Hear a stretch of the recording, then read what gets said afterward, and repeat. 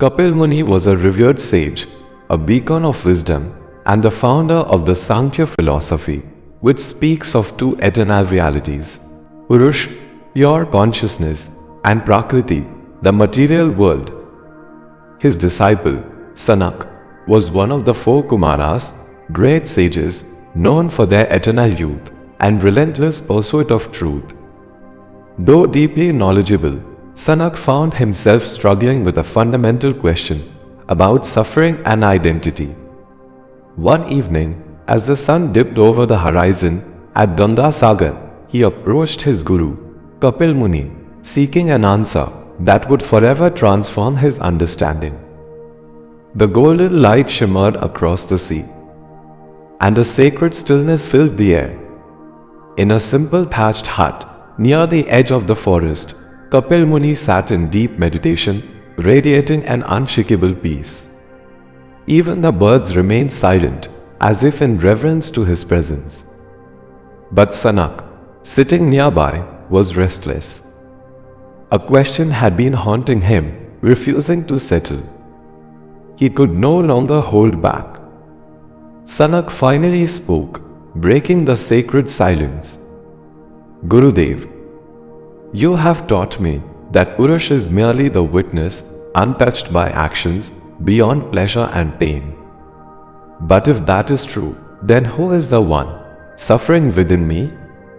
Who is this I that feels such anguish when loss comes? If the true self simply observes, why does my heart ache so terribly? Who feels joy, sorrow, longing, and grief? If Purusha only observes, then who is it that suffers? Kapila Muni slowly opened his eyes, his gaze calm and knowing. He had been waiting for his disciple Sanaka to reach this moment of inquiry. A gentle smile formed on his lips. Kapila Muni said, "Come with me." They walked in silence until they reached the river bank where the sacred Ganga met the vast sea. The rhythmic waves whispered ancient secrets to those who could listen. Kapila Muni bent down, filled a clay pot with water, and placed it on the sand. "Look at this pot," Kapila Muni said. "Inside it is water. Now tell me, is the pot the water?" "No, Gurudev," Sanaka replied. "And is the water the pot?" "No, they are separate." "Though they appear together," Sanaka replied. Kapila Muni nodded. "Just as this pot holds water, prakriti holds Purusha. They exist together, but they are not the same. Purusha is the eternal witness, pure, unchanging, untouched. Prakriti is everything else, the body, the senses, the mind, and yes, the pain you experience." Sanaka furrowed his brows. "But the pain feels so personal, Gurudev. When I grieve, it is I who grieves. When I am joyous, it is I who feels happiness. How can I not be the one suffering?" Kapila Muni's expression remained serene. "That, my son, is the great illusion, Maya, avidya, ignorance. The mind says, I am hurting, and Purusha, though untouched, reflects this, just as a mirror reflects a fire placed beside it. But tell me, does the mirror burn?" Sanak's eyes widened with realization. "No, Gurudev, the mirror only reflects the fire, but it remains unchanged." "Exactly," Kapila Muni nodded. "Pain belongs to the body and mind, but when you mistakenly identify with them, you believe you are suffering. This false identification is the root of bondage. You are not the one who suffers. You are the one who sees the suffering." They sat by the river, listening to the soothing waves. Kapila Muni picked up a crystal and held it near a red flower. "Observe this crystal," Kapila Muni said. "It appears red because of the flower beside it. But has its nature changed?" Sanaka shook his head. "No, Gurudev, it remains a clear crystal, In the same way, Purusha appears to feel, to desire, to act, but it does nothing. It simply shines.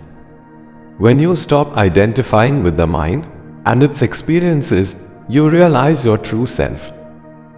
Liberation or moksha is not an escape from experiences, but the end of false identification. The waves rise and fall, but the ocean remains unchanged.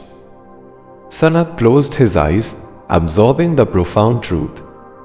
After a moment, Sanak asked, "But Gurudev, does this mean love and compassion are illusions too? If Purusha does not feel, then can there be love?" Kapila Muni's smile deepened. "Dear Sanak, love is not an emotion, it is the natural radiance of Purusha when not clouded by ignorance. True love is not about attachment. It is not "I love you", it is simply love, without conditions, without boundaries. When the false notion of separateness dissolves, compassion flows effortlessly, for then you see yourself in all beings. The sun does not shine for itself, nor does it pick and choose whom to warm. It simply shines. Such is true love. The wine stirred slightly, carrying the wisdom of the ages. The sun dipped lower, as if bowing to the truth that had just been spoken.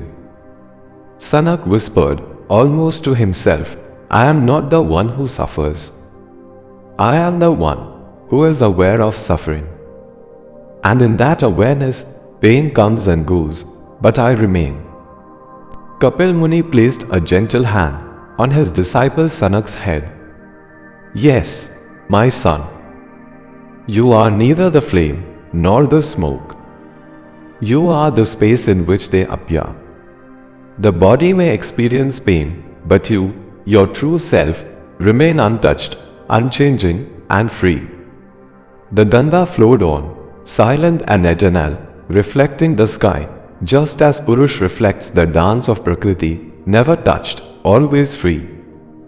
This wisdom is not just for sages, but for all of us.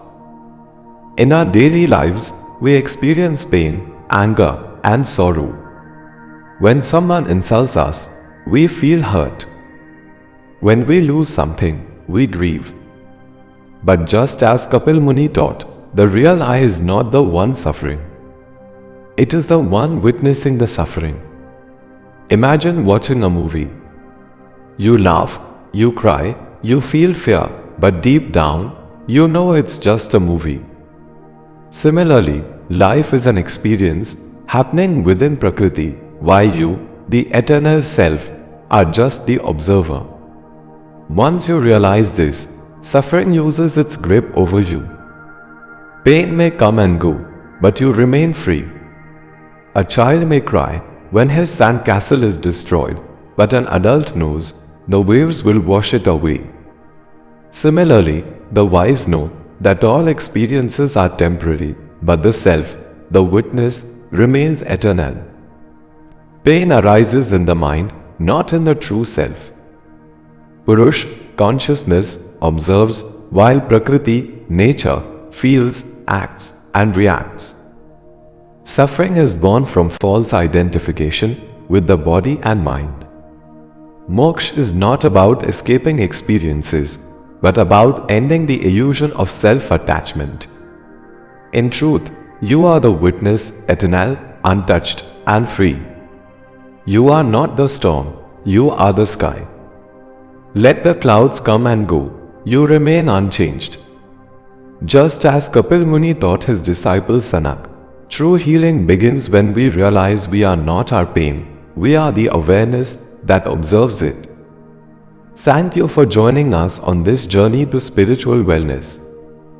If this wisdom resonated with you, please like, subscribe our channel, Healthy Natural Remedies, and hit the notification bell. Remember, health isn't just about herbs and treatments, but about awakening to our true nature.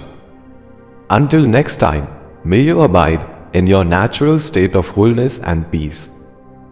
Shubham Bhavtu.